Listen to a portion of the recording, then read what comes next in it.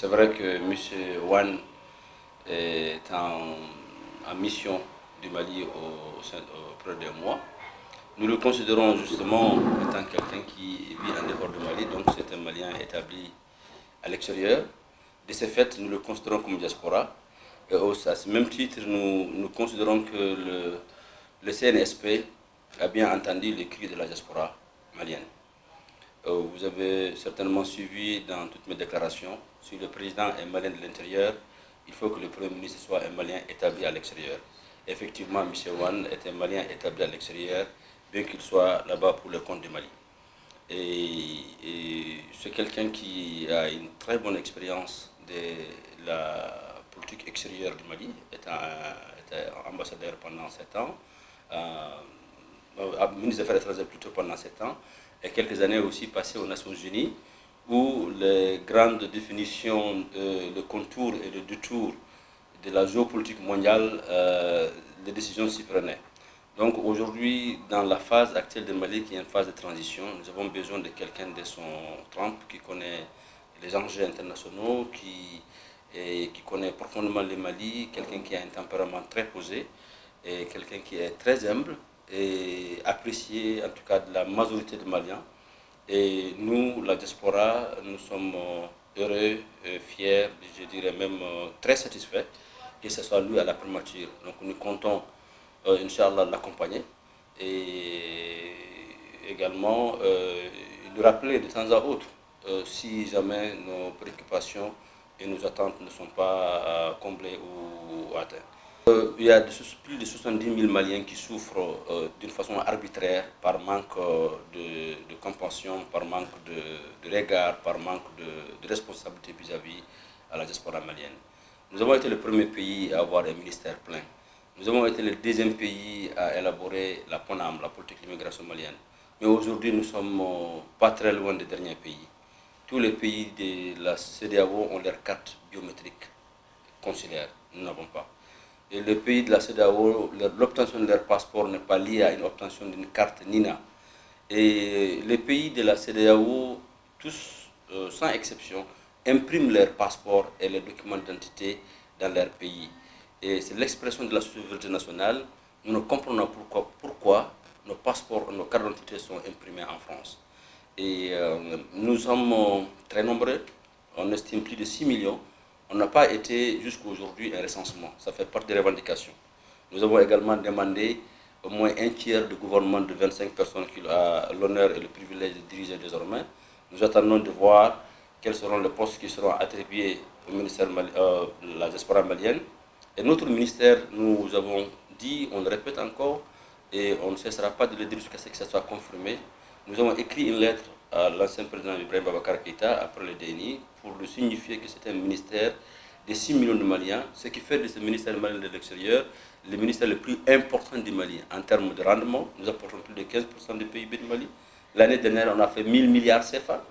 Et nous ne comprenons pas que ce ministère soit rattaché à aucun autre ministère. Donc il doit rester un ministère de Maliens établis à l'étranger, de l'intégration africaine et de l'investissement. Parce que c'est de ça qu'il s'agit.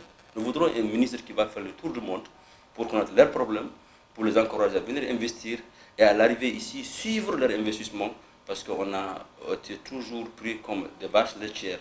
Une fois qu'on arrive ici, même avec un projet, je parle du Mali, les gens nous prennent comme étant des personnes qui ont eu l'argent facilement et ou d'autres qui viennent pour prendre la place des Maliens qui sont établis à l'intérieur. Donc nous voudrons définitivement régler ce problème. Tout est urgent chez lui. Tout est urgent et important à la fois. Ce qui fait que 18 mois pour nous c'est très court. Mais il a aussi une grande chance d'avoir trouvé la conclusion des dialogues nationaux inclusifs.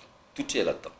Donc il suffit d'identifier des hommes et des femmes capables de mener selon les priorités qu'il va fixer. 18 mois ça passe vite et il va pouvoir certainement poser les jalons parce qu'on ne peut pas régler un problème d'un pays en 18 mois. Ce n'est pas possible.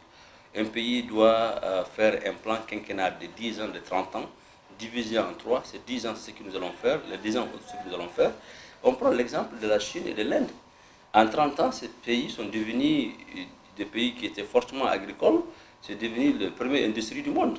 Donc c'est sur un plan qu'ils ont fait. Donc on peut prendre ça et puis faire en sorte que, après la transition, le président qui sera démocratiquement élu, comme l'a dit le président Badaou, ce serait un président élu démocratiquement accepté de tous. Donc il trouvera de bases solides sur lesquelles il doit pouvoir continuer. Certainement, il serait très contesté aussi pendant son premier mandat, même son deuxième mandat. C'est le président qui viendra après qu'on commencera certainement à savoir et à comprendre qu'il y a un travail de fond qui a été fait. Comme à l'image du Ghana. Aujourd'hui, le Ghana est un pays émergent. Ça ne s'est pas passé du jour au lendemain. Il y a eu 5 coups d'État. donc, nous allons prendre cet exemple-là, les bons exemples du Ghana, l'appliquer au Mali.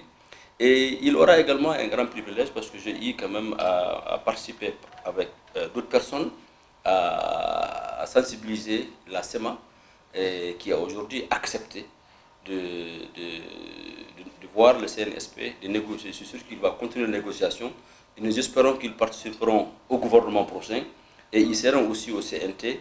Ça fera de lui et de son équipe de président et de vice-président d'avoir résolu un problème que la communauté internationale n'a pas pu résoudre pendant 9 ans avec 218 morts de 32 nationalités. Nous avons 27 600 soldats. La communauté internationale a dépensé depuis 2012 à maintenant près de 17 milliards de dollars sans résultat. Donc avec l'implication de la diaspora et d'autres, la SEMA a accepté de voir le CNSP et cela se confirmera certainement. Tu seras le premier à diffuser ça, qu'ils participeront au gouvernement et seront aussi au CNT. Et dire aux Maliens d'être patients, d'être indulgents. On a déjà le conclu de la nationale inclusive. Nous avons demandé à avoir des 30% de conseils de transition pour vous permettre de vous entendre. Et ce resterait également, nos préoccupations sont prises en compte. Et de savoir que un pays comme le Mali aujourd'hui, et même une transition normale comme le Niger, la Guinée et le Burkina, c'est facile. Ici, on a un problème assez profond. Donc les Maliens doivent comprendre qu'on doit tous se donner la main, y compris celle de la diaspora, afin qu'on sorte de cette transition tous vainqueurs. Il n'y aura pas de perdants, on sera tous gagnants, et qu'il n'y ait plus jamais une transition au Mali. Ça, c'est l'objectif de la diaspora. Et Inch'Allah, avec leur soutien, les recommandations, nous vous permettrons, vous, les Maliens de l'intérieur, cette fois-ci de s'entendre. On ne veut plus qu'à 10 ans après ou 15 ans, que ton fils, mon fils se lève pour dire que le président qui est élu, il faut qu'il parte. Donc restez serein, restez soudés. N'oubliez pas de venir vous recenser pour que enfin vous ayez vos cartes de lecteur afin de décider et de celui qui sera votre président. Parce que quand un président est élu, ou il est désigné, j'étais à la désignation au nom de tous les 6 millions de Maliens, c'est le président de tout le monde.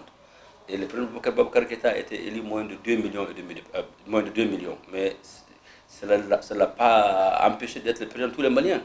Donc ce n'est pas parce que moi je suis là-bas que tu n'es pas dans les CSDM, non. Je suis le premier secrétaire de l'immigration et de migration au sein de la société civile malienne. À ce titre, je parle au nom de tous les Maliens établis à l'extérieur et aussi des étrangers qui vivent au Mali. Donc restez mobilisés, restez disponibles et recensez-vous, dites-nous vos problèmes. On est là pour vous, on fera en sorte que vous soyez satisfaits afin qu'ensemble on construise un Mali indivisible, laïque et émergent.